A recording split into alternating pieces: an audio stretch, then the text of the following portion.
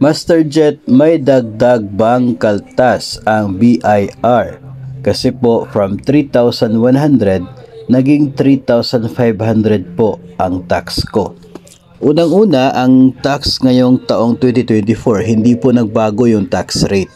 Na yung dati po na minimum na 15% sa taxable income na sobra doon sa 250,000 na limit ay ganoon pa rin, no? Yung tax rate hanggang ngayon 2024 ay ganoon pa rin po.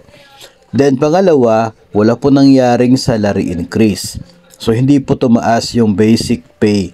Hindi po tumaas yung magiging taxable income galing po sa basic salary. Tapos pangatlo po ay tumaas itong deduction ng PhilHealth at dito na rin sa Pag-ibig. So ibig sabihin yan, kapag tataas yung dalawang yan, ay bababa yung taxable income mo kasi tataas yung deduction.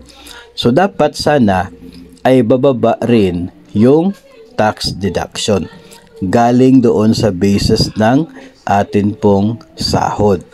Pero posible pa rin na tumaas yung BIR deduction mo, tax deduction mo sa January. Paano yon? Baka kasi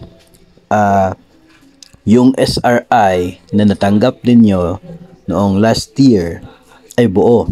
Baka po hindi nagdeduct ng tax noong December sa pag-release ng SRI at napagdesisyonan na yung tax doon ay ibabawas from the salary ngayong taong 2024. Baka ganun po yung naging desisyon. So ang mangyayari ay apektado talaga yung tax deduction mo ngayong taon. So talagang normal na magkakaroon ng pagtaas kung ganun po yung case. Pero kung gusto po ninyo ng specific na sagot as to why, then pwede po kayong lumapit doon sa in-charge ng tax computation ninyo doon po sa inyong division at magtanong kayo kung bakit tumaas yung deduction sa tax.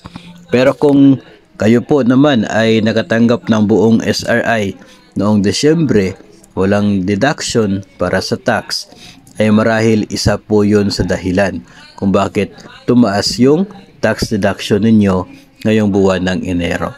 May mga factors din po kasi yan.